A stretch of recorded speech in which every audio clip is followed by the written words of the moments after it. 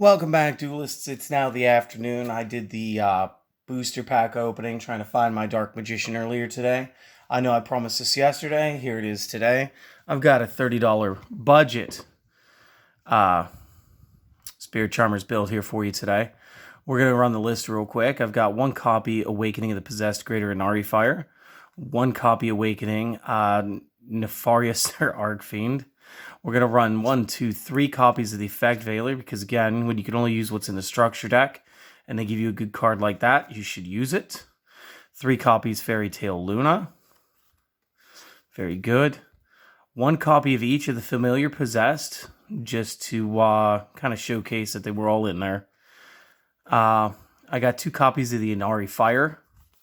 3 copies of the Nefarious Arcfiend, Eater of Nefariousness, which is a lot of Nefarious to be in one name.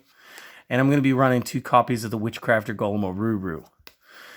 In my spells, I'm going to be running a single copy Awakening of the Possessed, 1 copy Grand Spiritual Art Ichirin, 1 copy of that foily Raigakai, because, believe it or not, sometimes it's just easy enough to break a board by blowing up all the monsters. 3 copies Secret Village of the Spellcasters. We're going to be running all 3 copies of the brand new spell card Spirit Charmers. 1 Terraforming, since we're running, 4 field spells. We're going to run 2 copies Dimensional Barrier. Now, this one gave me a little trouble at first, because I almost didn't want to run it the first 3 builds that I was going through with this. But with a lot of extra deck cards going around out there and everything, this can actually help you out quite a bit, especially if you're trying to play as control-oriented as this deck should be played, at least out of the box. And it can help you in a more extended play, too. We got the 1 copy of Metaverse, 3 of the best new trap, Possessed Partnerships, awesome. Again, they gave us solemn warning, so I'm going to run that at 3.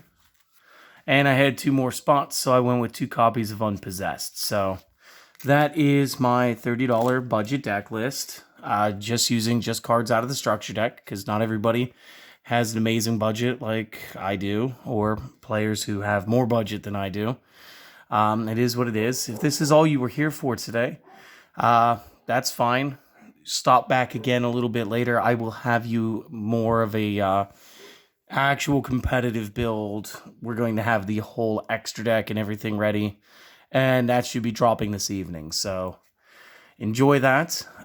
If you want some of the reasonings behind why I made the plays, let's go. So starting with the 2 Awakening of the Possessed characters. They're so similar, I'm going to go over them at the same time. In order to play these, and you can play these from your deck, which it makes it just a better play for me, I think. You can special summon them from the hand the same way, but I love the fact that they can be played from the deck. And so I wanted to try to play them in a lower count, so I wasn't seeing them in the hand, so we could set up more of the control aspects that were found in the structure deck. All we got to do is take 1 face-up spellcaster and 1 face-up level 4 or lower attribute matching. So for the Arcfiend, it has to be an earth. For the Inari, it has to be a fire. Send those cards to the graveyard, and then I can use each of the following effects once per turn. Now, when the Arcfiend is special summoned by its own effect, I may special summon a level 4 or lower monster from my graveyard with its effects negated. This is fine. This will help me build a board, and it'll let me power this character out of my deck. Inari Fire, when special summoned by its own effect, will inflict damage to my opponent equal to the original attack of 1 monster that they control, and I get to pick it. And late game, that could actually be a game stroke. That's oh, cool. You've only got 1,500 life points left, but you got Dark Magician on the field, so burn. They both share the final effect, and that is when this card is sent from the field to the graveyard, you may add 1 spiritual art corresponding to their attribute, or 1 possessed spell trap card from the deck to the hand. We're going to be focusing on the secondary effect, because we are not going to be using the spiritual earth arts. Again, moving on to Effect Veiler, great little spellcaster, that's worth noting real quick. Secondly, this hand trap is not a once per turn like a lot of the more powerful hand traps that we're used to these days, like Ash Blossom. And additionally, this is during the opponent's main phase. We can send this from the hand to the graveyard, target their effect monster, and get rid of its effects for the turn.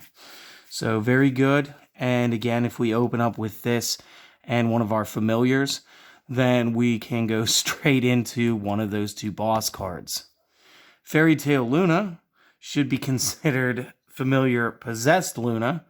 For its first effect, when this is normal summoned, we may add one spellcaster with 1850 from the deck to the hand, which is the generic attack value of every familiar possessed card. Now, what makes this one better is once per turn as a quick effect, which can be your opponent's turn, you can target one face-up monster your opponent controls. They make a decision. They can send a card with the same name from their deck or extra deck to the graveyard.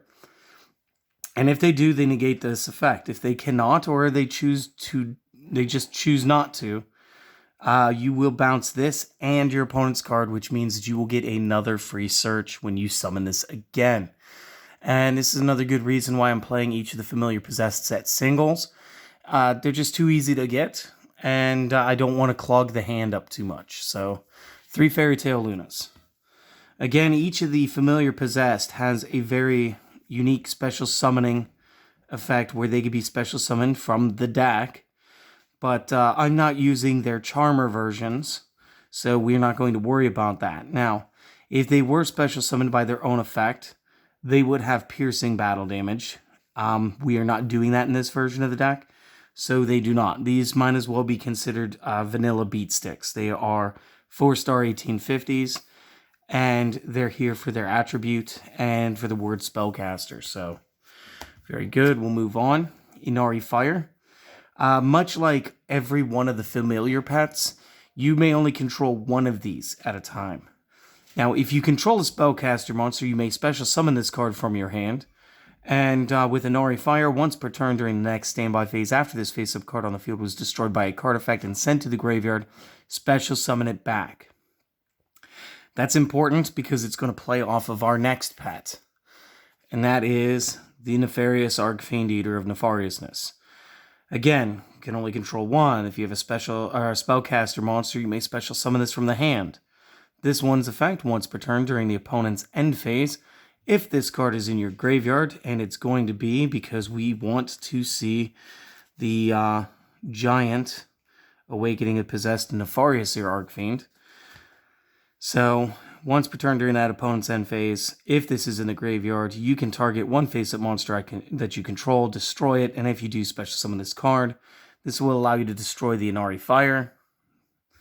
Once you've destroyed Inari by the effect, it's going to come back on your next standby phase, so on your next turn, you're going to start with both pets.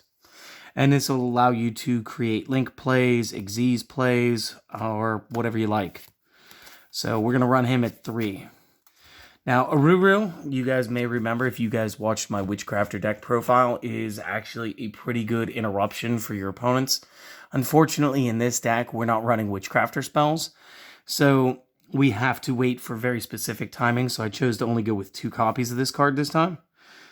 So the effect is when the opponent activates a card or an effect that targets a spellcaster monster or monsters, or they target one of mine for an attack. Quick effect, I can target one card my opponent controls. Special summon this card from my hand, and if I do, return the card I targeted to the hand. So I can bounce their attacking monster, I can bounce their trap card, or what have you. And we can go ahead and do that. Do notice that it does not say negate the effect that targeted. So this is better as a battle, like a battle hand trap, but whichever. And the best part is this will return to my hand during my opponent's next standby phase, meaning I can repeatedly trigger it off. So I figured 2 is probably enough, especially with my Fairy Tale Luna already at 3. Going to the spells, we got Awakening of the Possessed, which is, again, super searchable, mainly through the new spell Spirit Charmers, and I'll get to that here in a moment. What this is going to do for you is monsters you control gain 300 for each different attribute that you control, which means the more attributes we can board, the better, which is why we have all 4 of the girls at single copies in here. That's going to give us 4, plus we're running light. I don't think there was any darks in here. There aren't. And that's going to give us a possible 1500 power bonus just off this. Charmer and familiar possessed monsters I control cannot be destroyed by battle or card effects, which is great. And if a spellcaster monster or monsters with 1850 original attack is normal or special summoned to my side of the field, I draw one card. This will include Fairy Tale Luna. So very useful, very good, and very recyclable, very searchable, and I'll show you how here in a moment. Now, I did run one copy of the brand new field spell, Grand Spiritual Art Ichiran, and the reason is the first effect. Negate your opponent's first monster effect that resolves each turn while you control a spellcaster with 1500 defense, and that is our Charmer girls in any form except Link, because Links don't have a defense value. So just be aware of that. That's a small drawback, but this is the main deck, and it didn't come with an extra deck, so we're good. The second effect is also pretty good. It's a little bit of a hand correction. You can reveal a spellcaster monster from your hand.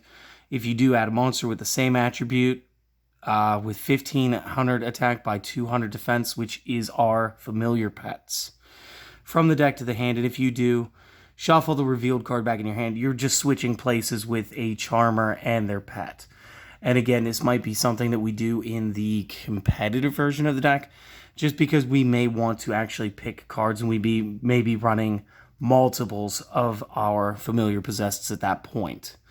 But that effect is a once per turn, so not as good as our other field spell. We'll get to that here shortly. Again, Raigakai, destroy all your opponent's monsters. There's no discussion about this. This is just a good card. Secret Village of the Spellcasters. If you control a spellcaster monster, your opponent can't play spells. If you don't control a spellcaster monster, you can't play spells. We're talking about kicking 1/3 of the game, which is realistically 1/2 of the game, because this is a meta where people aren't trying to play traps unless you're playing super heavy control. And again, you make your opponent not play Yu-Gi-Oh! And for them to put this in a structure deck with interruption cards like Solemn Warning, Effect Veiler, Golem Aruru, just crazy amount of tech that you're able to play. So again, 3 copies there. Spirit Charmers. Discard 1 card. Take 2 cards from your deck with different names from each other that are Charmer monsters, familiar possessed monsters, and or possessed spell traps. Add one of them to the hand and set the other. You can only activate one of these cards per turn. And again, this is going to let you grab just about all you need.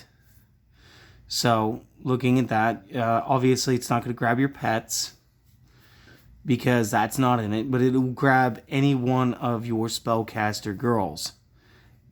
So again, we can grab any one of the 4 that we need, and we can grab any spell trap that we need, or we can just grab 2 spell traps. It's just that simple, and this is a great way, again, to get that Archfiend of Nefariousness already into the graveyard, so we can start working our loops. So fantastic. It's quick play. You can do it at the end of your opponent's turn too. It's fine. Terraforming. Get that field spell from deck to hand. Dimensional Barrier. Let's fanboy about this for a second. Declare a monster card type, whether it's Ritual, Fusion, Synchro, Xyz, or Pendulum. Notice Link is left off there. For the remainder of this turn, neither player can special summon monsters of the declared type, and you also negate the effects of all monsters of that type while they were on the field. You can only activate 1 Dimensional Barrier per turn. So, the real question I don't know is, since it says declare for the rest of the turn, neither player can special summon monsters of that type, comma, I'm going to assume the negate effects of all the monsters of the same type is also till end of turn.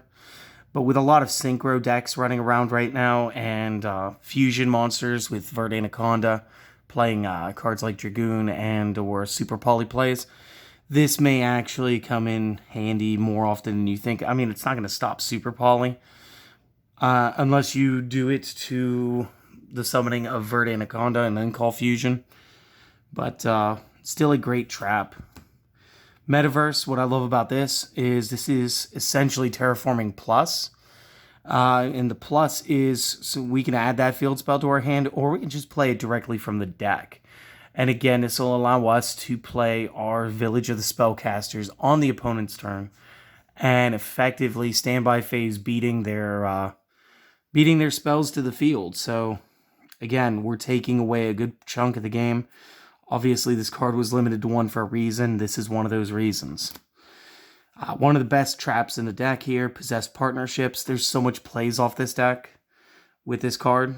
And the effect is special summon a spellcaster with 1500 defense from the hand or graveyard in attack or face down defense position. And again, the face down defense is in case you are playing the original versions, because they will have their flip effects to take monsters of attributes.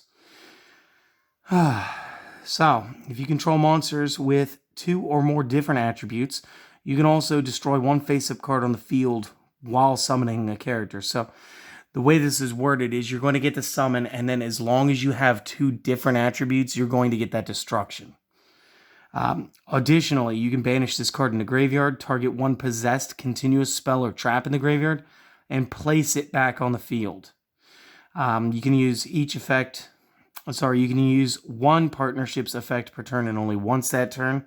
So even though you may already have 1 in a discard pile and you just flipped 1, you may not banish 1 to do it same turn. So this will allow you again to get back our what was that, Awakening of the Possessed, and it'll also help get you back the last card we're going to play after the Solemn Warning, and that is Unpossessed.